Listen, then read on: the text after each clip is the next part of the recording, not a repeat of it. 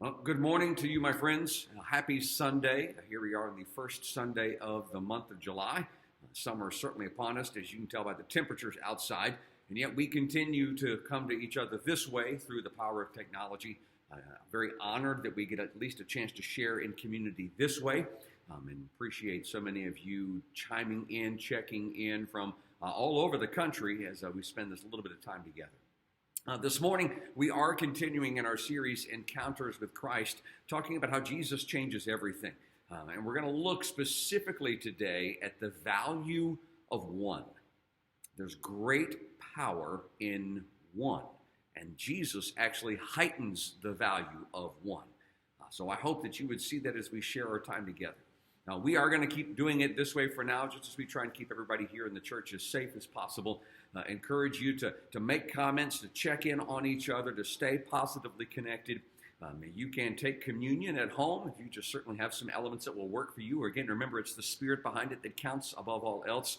And if you want to support the church, you choose to give of an offering, you can mail that to our church address, or the online link for giving will be below in the comments here in just a few moments as well. So we're going to continue in this series together, and I'll look forward to sharing this with you.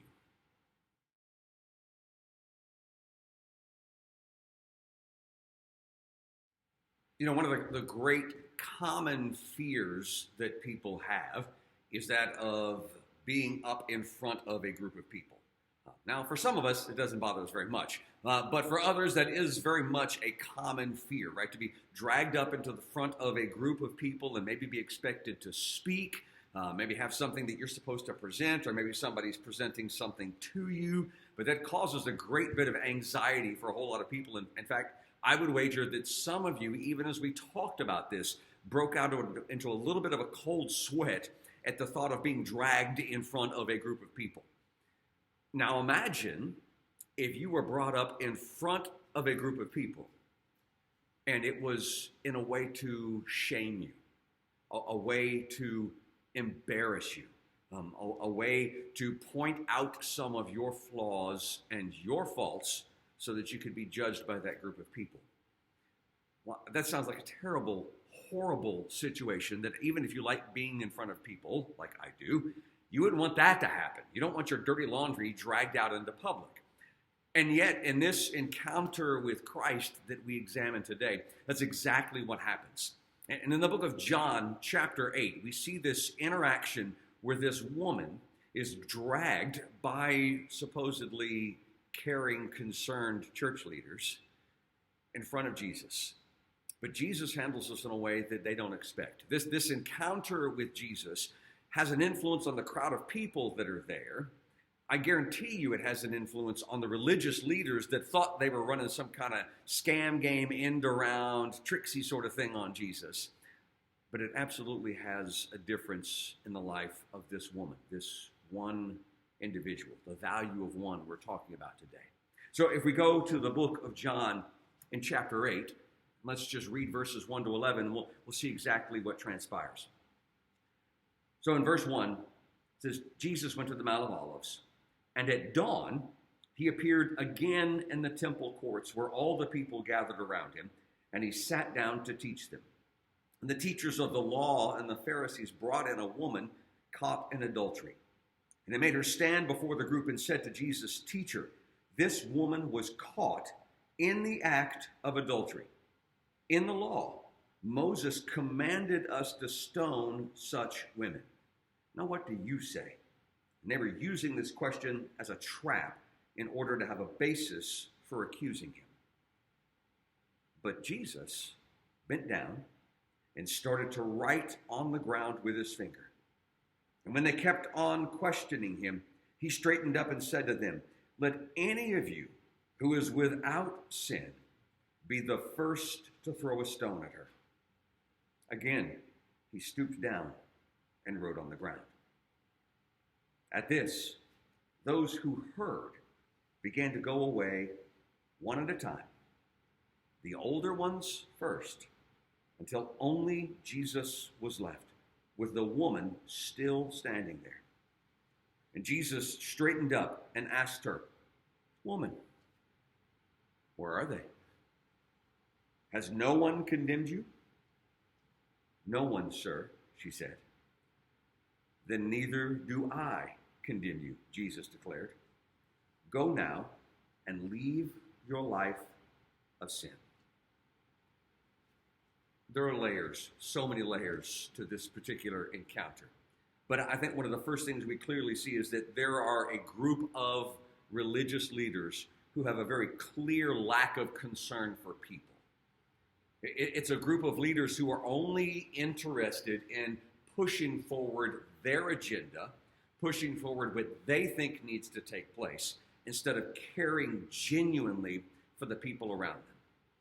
See, and that's where in this beautiful interaction, what happens is that encountering Christ reminds us of the value of individual lives. And that while sometimes we may get caught up in thinking about people groups and us versus them mentality, Jesus, in this just simple little interaction here, reminds us of the value of individual lives. In verse 10, and in the Message, it says, Jesus stood and spoke to her.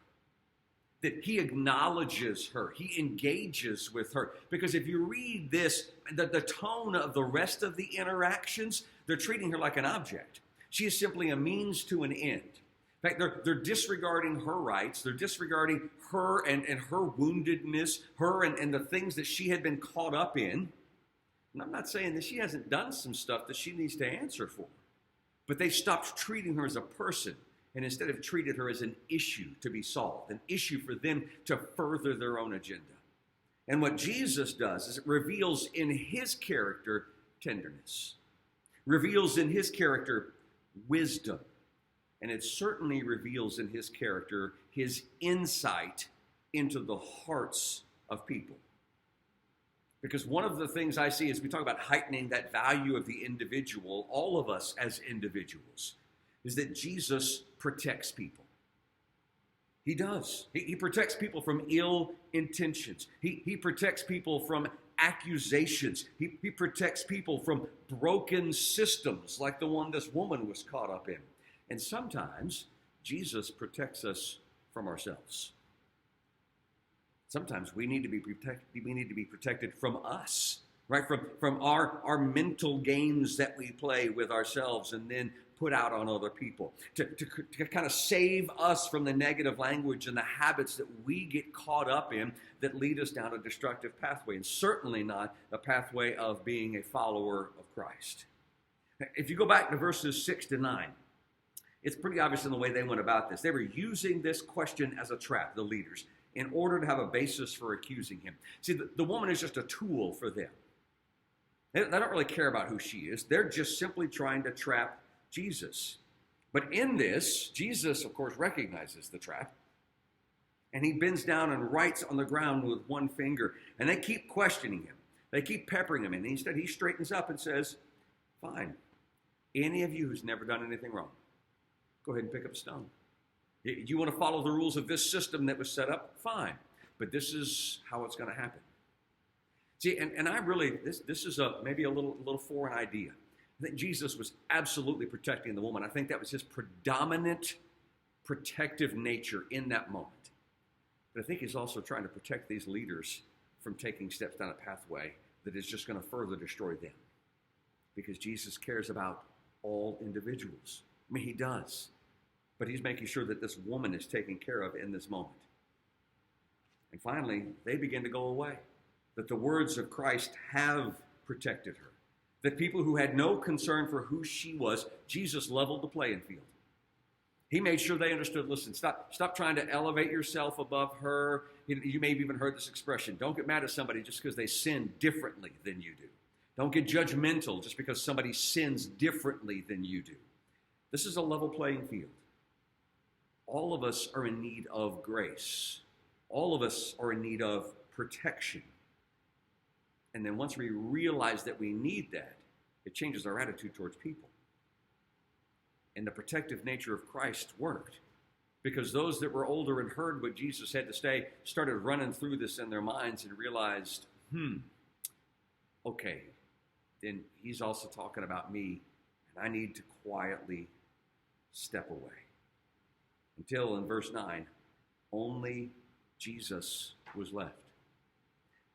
She was left facing the only one who could actually hurt her, who had the right, if you want to call it that, but yet he wasn't going to. That's not who he is. And I think it's interesting that Jesus took his time in this story. You know, that he bends down to write in the sand. And yeah, I don't know, some biblical scholars have tried to figure out what he was writing. I think if it matters, we would know. I don't think it really matters what he was writing. I think what he was trying to teach us is that sometimes it's better to be slow to speak. You've heard the expression, measure twice, cut once, right? That just makes sense from a productivity perspective, from an efficiency perspective. I think Jesus tells us, think twice and speak once. Carefully measure our words. And then ask the question, am I protecting people with the way I choose to speak? Am I looking to God for true guidance to help guide my thoughts and my words? Or am I looking to God to justify my position? How do we know the difference? Well, I think one way is simply protecting people. Are we protecting people? People of all socioeconomic backgrounds, people of all races and ethnicities, people of all gender identifications. Are we looking to protect people? I think that's a clear characteristic of those who choose to be a Christ follower. And I really believe it's part of the core of God's purpose is to protect individuals. So are we as passionate as Christ is about saving people? Or are we more passionate about proving our point? Jesus then offers another layer. And he offers it to everybody that's there, but he clearly offers it to the woman. That as he's now saved her from this particular moment, he offers complete forgiveness. In verse 10, Jesus straightened up and asked her, "Woman, where are they? Has no one condemned you?" This is the question of forgiveness. Where are those that were accusing you? Where are those that are trying to condemn you? And she said, "No one's done that." "Then neither do I.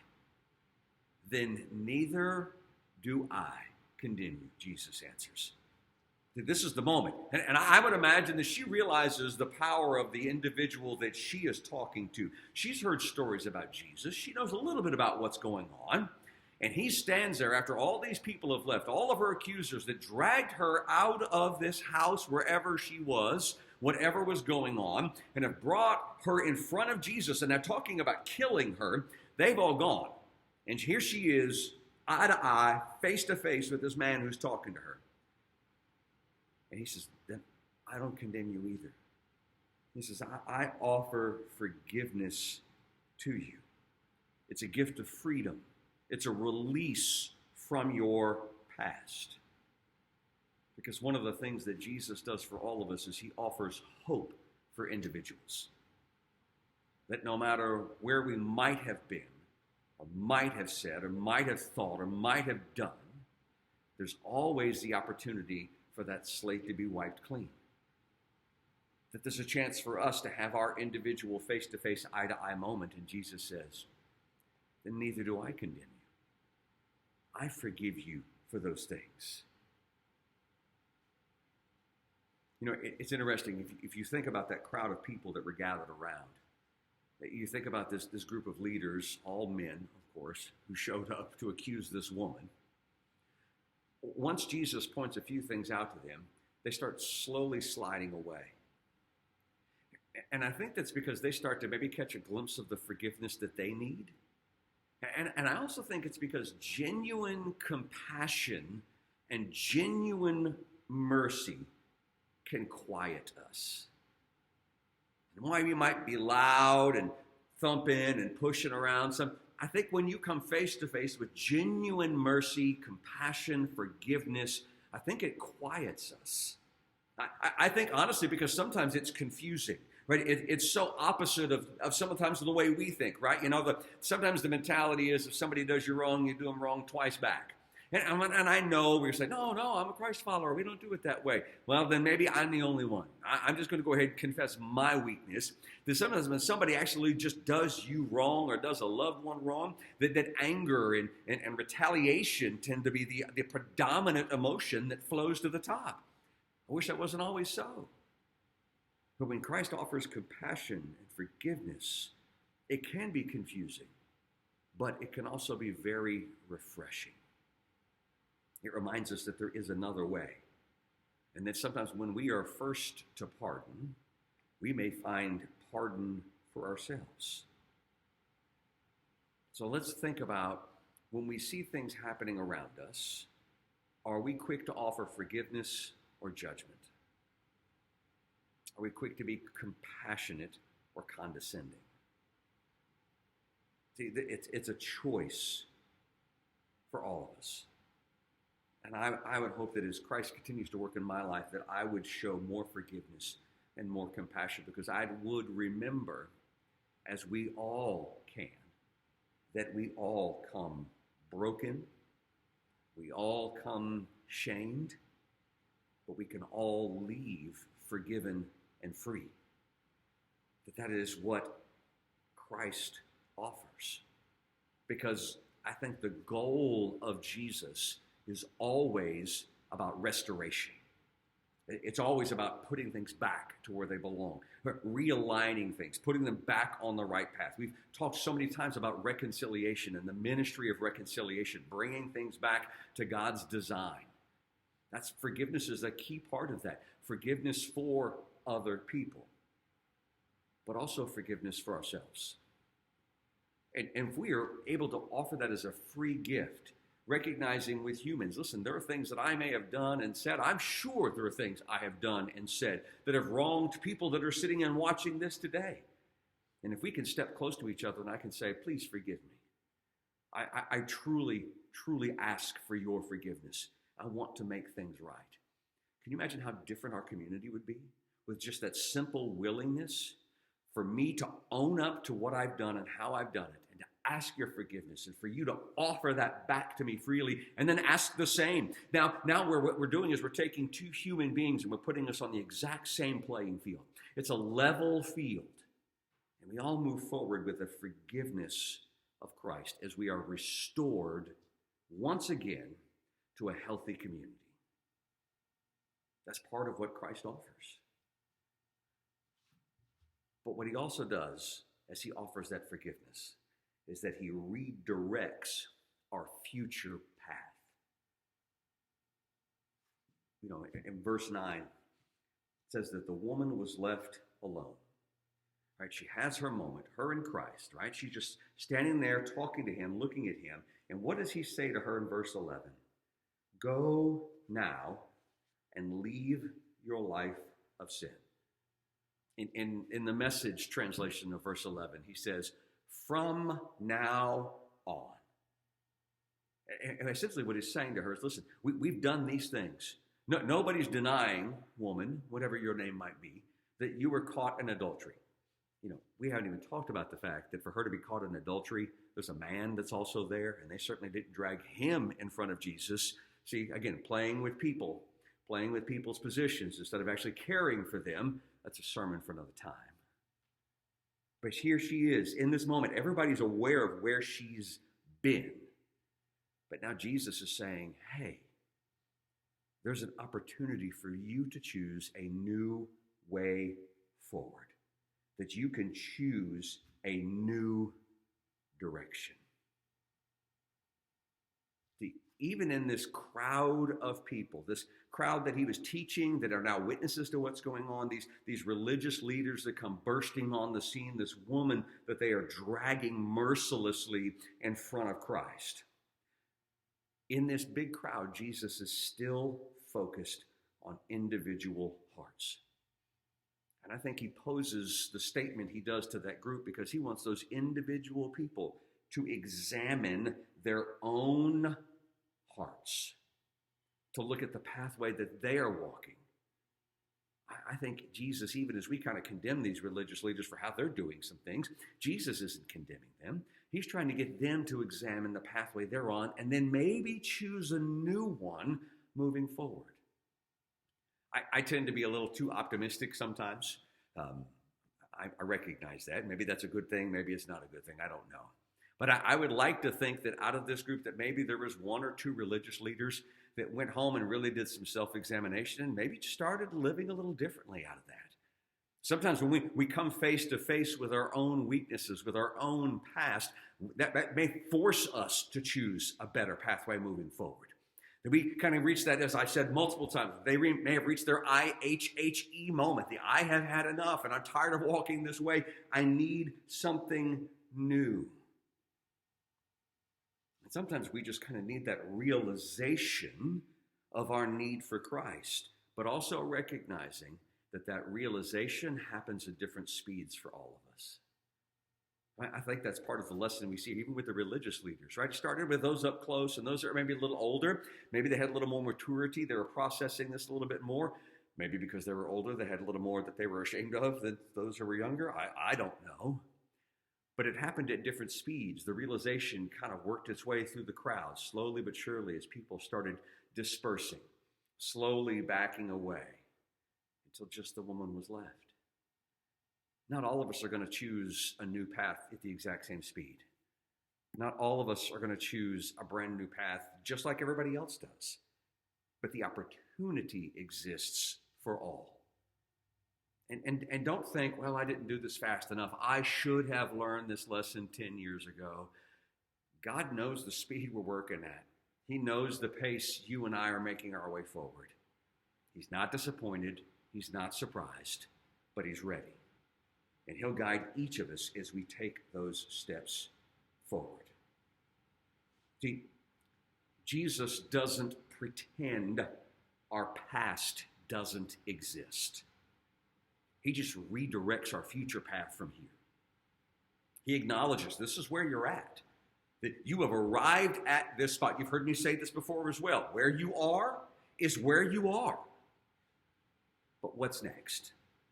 What new pathway? What new way of thinking? What new way of speaking? What new way of acting around those in our community, acting in your own family? How are you changing those things moving forward as God guides you? Because the potential for change, I believe, exists for all of us, but it starts with realizing our need for change. Do we see it? And are we willing, with God's guidance, to keep going? You know, one thing I think we see in every encounter with Christ, and we certainly see it in these 11 verses, is that Jesus is consistent in his character. He's consistent in his character of kindness, his character of mercy, his character of inclusion, that he doesn't exclude anybody. Instead, he broadens the circle, as we talked about last week, that he invites more people into this, and he treats this woman with gentleness and respect. This is a culture where women were not always treated with gentleness and respect. And certainly not a woman who had been caught red-handed, ashamedly, in the middle of something she didn't want anybody else to know about. So let's look at that model of gentleness and respect and ask ourselves the question, are we treating people around us with that same character? Are we treating everybody we meet online, with gentleness and respect? Are we extending a hand of compassion, mercy, forgiveness? Or are we too busy being outraged at the things that we see that we've forgotten those clear core messages of Jesus? Those changes can take place. It has to begin with us. Do we, as those who claim to follow the pathway of Christ, see individuals and the value of each life? But I will say this, we can't effectively show that to other people if we don't see the value of our lives too. So we've got to understand who we are as those who are carrying the spark of divine creation within us. Recognize that everybody we see has that same spark, regardless of what the exterior may appear to be. All of us have that divine spark. And are we showing that kind of compassion for all? Because if we do, then we've been changed by our encounter with Christ, and it truly reflects the beauty of God's love for broken people. So I encourage you, my friends, to reject what I call us versus them mentality.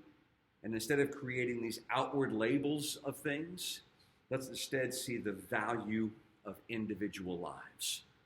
Because when we, you and I, encounter Christ, it reminds us of the value of individual lives.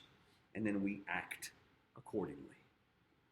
So let us, because we've encountered him today, even through the screen, let us choose to live differently.